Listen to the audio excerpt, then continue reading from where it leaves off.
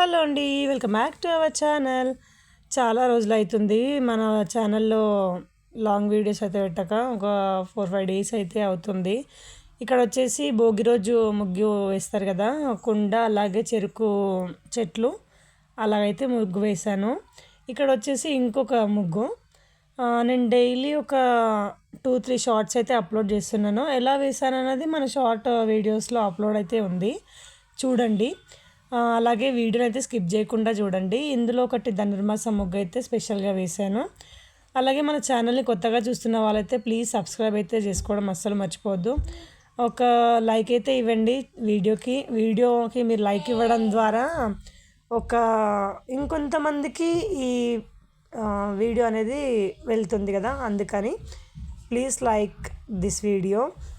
ఇక్కడ వచ్చేసి ధనుర్మాసం ముగ్గు అయితే స్టార్ట్ చేశాను. దీనికంటే ముందేంటంటే ఇక్కడ అనుకున్నది ఒకటి అయింది ఒకటి. నేను అసలు ఎప్పుడైనా పండగకి మా అమ్మ వాళ్ళ ఇంటికి వెళ్తుండే సంక్రాంతికి మంచిగా పిండి వంటలు అవన్నీ చేసేవాళ్ళం కలిసి, మా అమ్మ నేను. అలాగే మా బుడ్డోడు మా నాన్నతో ఆడుతూ ఎంజాయ్ చేస్తూ ఉంటుండే. ఇంకా వెళ్దాం రేపైతే అన్నప్పుడు మా మమ్మీ వాళ్ళకి సుష్టి వచ్చిందనమాట. తెలంగాణ వాళ్ళకైతే తెలుసు సుష్టి అంటే ఏంటనేది. మా ఇంటి ఎదురుంగో మా నాయనమ్మ అయితే చచ్చిపోయింది. ఇంకా అందుకనైతే వెళ్ళలేదు.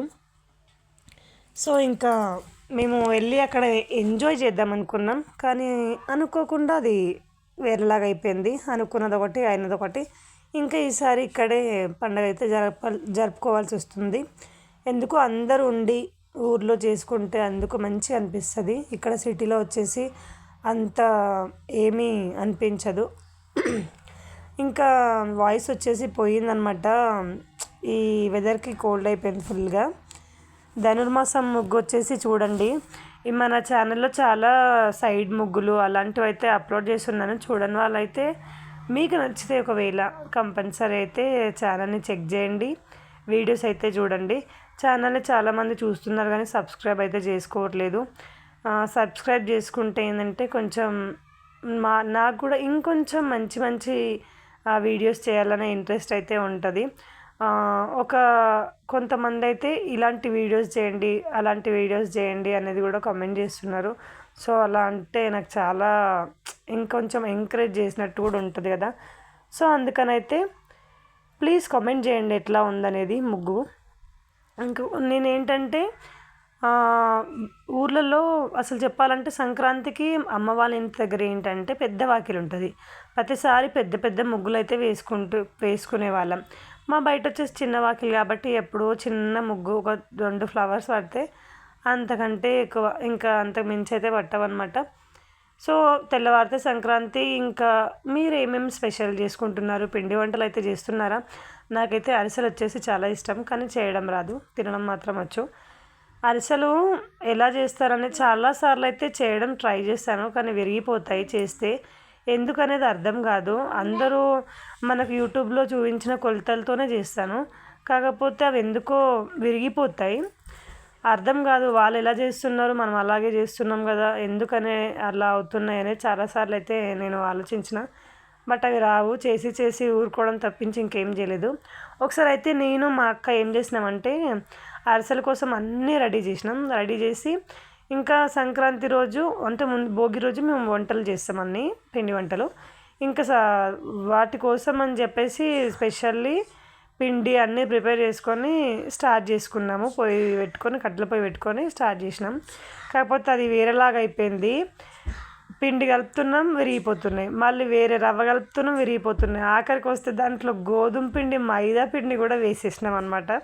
అంత దారుణంగా చేసినాం వాటిని. అయినా కూడా విరిగిపోయినా కానీ టేస్ట్ పర్వాలేదు, బాగానే వచ్చినాయి. కానీ అసలు మంచిగా అంటే అసలు ఒక్కటి కూడా ఇట్లా విరిగిపోకుండా రాలేదు. ఇంకా మీరే అర్థం చేసుకోండి. దాంట్లో గోధుమ పిండి, మైదా పిండి, మళ్ళీ రవ్వ, బొంబాయి రవ్వ ఉంటుంది కదా, అది అన్నీ మిక్స్ చేసిన తర్వాత కూడా అదైతే విరిగిపోతూనే ఉంది. ఆయిల్ అంతా ఎట్లా అయిపోయిందంటే నల్లగా మరిగి అట్లా అయిపోయింది మొత్తం. అట్లా విరిగిపోయినాయి కదా అది. సో అట్లా అయిపోయిందనమాట.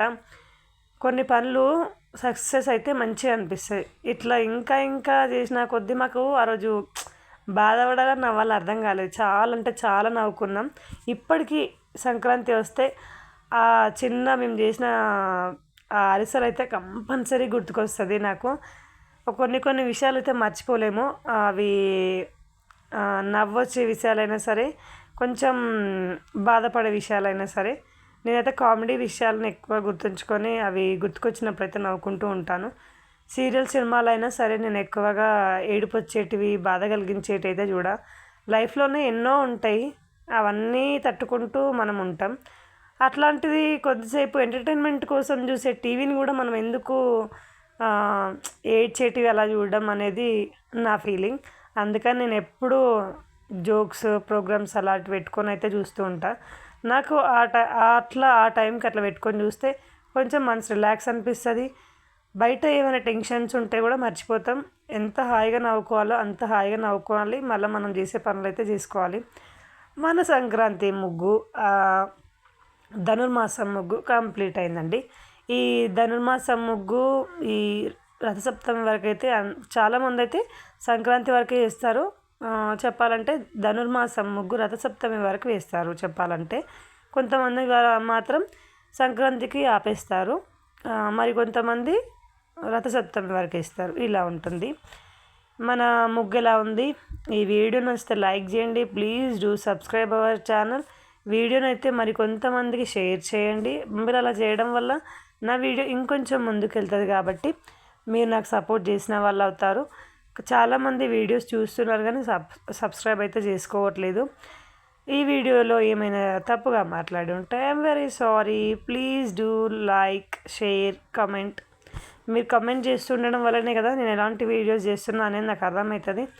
ఇందులో ఒక మిస్టేక్ ఉంది, మీరు అది ఏమైనా గమనించుంటే నాకు చెప్పండి కామెంట్ బాక్స్లో. సో పండుగని బాగా జరుపుకోవాలని మాత్రం నేను మనస్ఫూర్తిగా అనుకుంటున్నాను. నేను పిండి వంటలు అయితే చేసేటప్పుడు అందరూ జాగ్రత్త. వీటికి ముగ్గు సైడ్స్ వేద్దాం అనుకున్నా కానీ మర్చిపోయినా. Please like, share. Thank you.